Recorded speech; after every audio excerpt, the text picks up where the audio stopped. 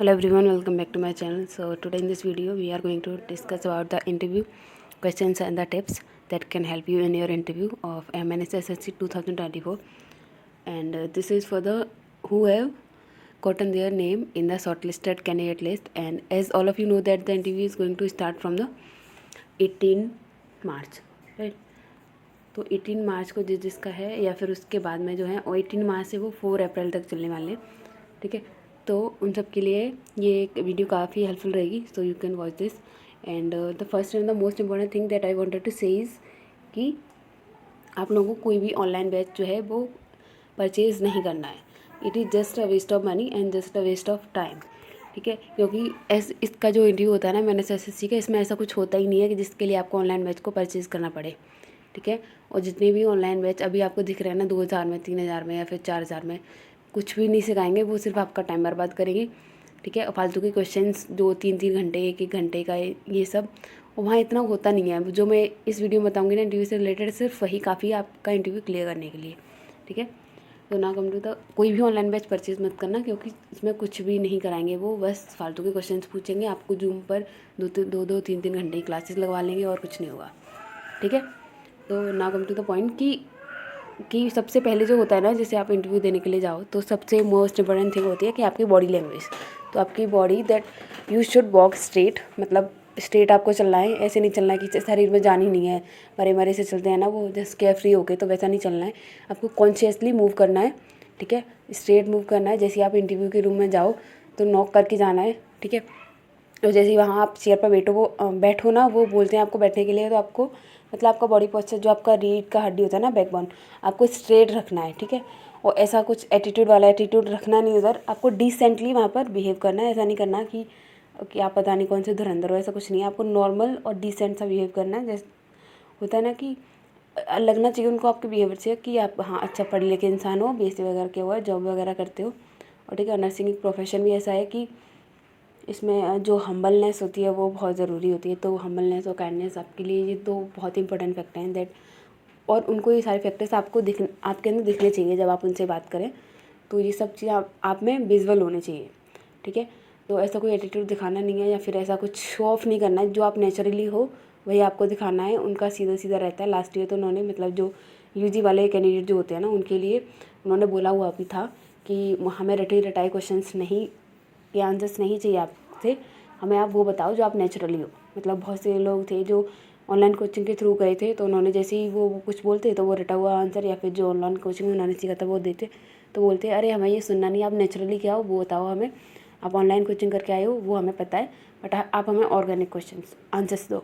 तो वो आपको भी यहाँ रखना है, ठीक है। And your body posture should be normal in the decent, ठीक है।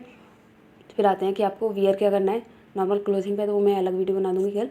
Now in this video we are going to talk about the interview questions and the what kind of things you should do in your interview, ठीक है। तो ये body posture वाला हो गया कि आपको किस तरीके से बिहेव करना है। Next is your introduction. वो आपसे पूछेंगे कि tell me about your self.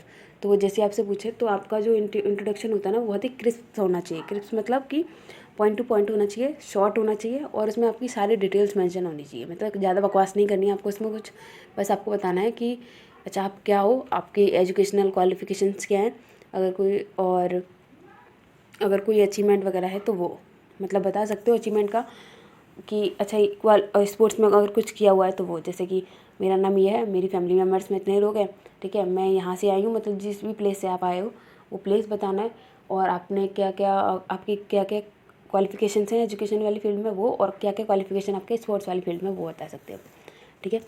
Next बस इतना से ही रखना, ज़्यादा मत करना कि ये वो फलाना टिकाना है और कुछ नहीं करना है। Then come to the point कि वो पूछेंगे, ये नॉर्मल सा क्वेश्चन रहने वाला है कि आपको जो इंडियन आर्मी ज्वाइन क्यों करनी है, क्योंकि BSc नर्सिंग के बाद भी बहुत सारे प्रोफेशन हैं, बहुत सारी जॉब हैं, उनको छोड़कर आप इसमें जा रहे हो, तो आप बता देना उनको। कुछ हाइपोथेटिकल आंसर मत देना, नॉर्मल रियलिस्टिक आंसर करने उनको। एक बोल सकते हो कि ये एक स्टेबल जॉब है, सिक्योरिटी है इस जॉब के अंदर, तो ये परफेक्ट जॉब है for the women, that's why you wanted to join, ठीक है। Next come to the point कि योर हॉबीज़ एंड अचीवमेंट, तो वो आपसे पूछ सकते हैं।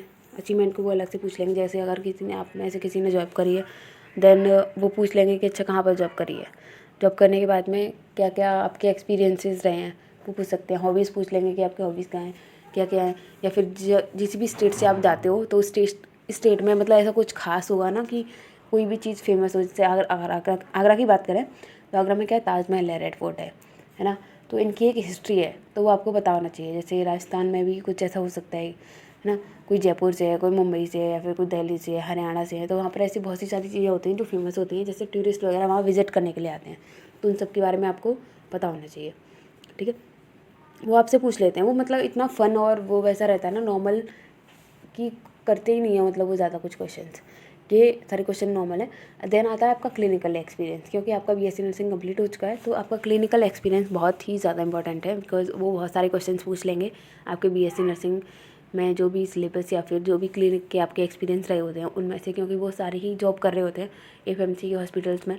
ठीक है, और जो भी आर्मी के हॉस्पिटल्स होते हैं तो उन्हें पता है कि किस तरीके के केसेस आते हैं, तो वो भी कोई भी केस आपको उठा के दे देंगे, उसके बारे में पूछ लेंगे कि आप इससे कैसे डील करोगे। ठीक है, कोई भी सिचुएशन से दे देंगे कि अच्छा इससे आप डील करके बताओ कैसे करोगे, इस सिचुएशन में आप क्या करोगे। ठीक है, तो वो बहुत सारे क्वेश्चंस वहाँ बनेंगे आपके। जो मेन थिंग है ना वो यही है, आपका जो क्लिनिकल एक्सपीरियंस रहने वाला है ना, this is the main thing. ठीक है, तो ये बहुत ज़रूरी है, तो इस पर ज़्यादा ध्यान दो, ना कि आपको कोई ऑनलाइन कोचिंग वगैरह करनी है, क्योंकि ऑनलाइन कोचिंग आप लोगे ना तो उसमें क्या ही बताएंगे आपको, अच्छा ये पूछेंगे आप ऐसे बैठना है, आपको ऐसे करना है, आपको ये पहन के जाना है, अरे सब बकवास है, इतना तो आप लोग भी जानते हो। ठीक है, बीएससी नर्सिंग कर रखी है मतलब सारे के सारे मैच्योर हो, आप कोई 10th या 12th में पढ़ने वाले छोटे बच्चे नहीं हो, इतना तो आप लोगों को भी आता है। तो ज़्यादातर ध्यान आपका क्लिनिकल एक्सपीरियंस जो रहा है ना, वो जितने भी मेडिकल केसेस आपने फेस करे हैं आपकी कॉलेज के ड्यूरेशन में, या फिर कॉलेज के बाद अगर आपने जॉब करी है तो उस ड्यूरेशन में, वो सारे केसेस आपको, सारे तो पॉसिबल नहीं है बट जितने आप उनके एक बार गो थ्रू हो सके ना तो उतना हो जाइए, बिकॉज वो क्लिनिकल एक्सपीरियंस पे आपसे पूछेंगे ही पूछेंगे, and this will decide your job mainly in the interview. Because आपकी बीएससी नर्सिंग हो चुकी है, तो ऐसा तो है नहीं कि आप यूजी के कैंडिडेट हैं तो आपको वो सिखा देंगे आपके ट्रेनिंग पीरियड के दौरान, या फिर आपका जो कॉलेज का पीरियड चलेगा वहाँ 4 साल का उसके दौरान।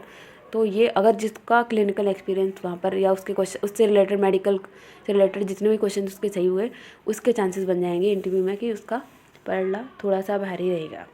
ठीक है ना, कम फिर और जो भी आपके बीएससी नर्सिंग रिलेटेड जो क्वेश्चन है वो, और अगर आपने कहीं जॉब करी हुई है तो उससे रिलेटेड पूछ लेंगे वो कि अच्छा क्या हाँ जॉब करी है, कितने टाइम तक करी है, कौन कौन से केसेस देखे आपने, या फिर ऐसा कोई केस देखा हो जो पहली बार देखा हो, या फिर आपका कोई नया एक्सपीरियंस, या फिर कोई ऐसा एक्सपीरियंस जो आपको पूरी लाइफ टाइम के लिए याद रहेगा। ठीक है, तो हर किसी की जॉब में कुछ ना कुछ ऐसा होता रहता है जो यूनिक होता है, थोड़ा सा एडवेंचरस होता है, थोड़ा सा हटके होता है, प्रॉब्लमेटिक भी हो सकता है, तो वो आपको ऑनेस्टली बताना है। उनके आगे कुछ भी शो ऑफ मत करना है, यू आर मेच्योर गाय ना हो, तो आप लोगों को वो नहीं करना है जिससे उनको लगे कि अरे ये तो ऐसा ही है मतलब। ठीक है, आपको अपनी ट्रू पर्सनैलिटी वहाँ पर शो करनी है, और आपका क्लिनिकल एंड मेडिकल से रिलेटेड जो भी है वो बहुत इंपॉर्टेंट है। I am telling you again and again, because introduction, hobbies, achievements, what do you want to join and army, this is the basic questions and these are very normal, आपसे पूछेंगे भी just for the fun. ठीक है, तो जो main है वो मैंने आपको बता दिया कि आपका क्लिनिकल एक्सपीरियंस और बीएससी नर्सिंग से रिलेटेड ही क्वेश्चन पूछे जाने वाले हैं। ठीक है, बिकॉज ये इतना इंपॉर्टेंट क्यों है कि जब आप यूजी से जाते हो ना तो आप उनके पास में, आप 4 साल होते हैं आपके, वो आपको सिखा सकते हैं कि आपको ऐसे करना है, ऐसे करना है, ऐसे करना है। अभी ना हो कि उनको आपको डायरेक्ट ज्वाइनिंग करवानी है। ठीक है, तो मतलब कि उनका ऐसा है कि आपको सब आता है ऑलरेडी, तो वो बस आपकी इन्फॉर्मेशन, आपके एबिलिटी, आप एलिजिबल हो इस जॉब के लिए या नहीं, उस वो चेक करेंगे वो सारी चीज़ें। तो ये सारी चीज़ें हैं। एंड नाउ अगर इसके बाद भी अगर आपको कोई डाउट है इंटरव्यू को लेकर तो मेरे को कमेंट सेक्शन में कमेंट कर देना, मैं उसको एक्सप्लेन कर दूँगी। तो thank you for watching this video and please like, share and subscribe my channel and share this video to the other candidate also.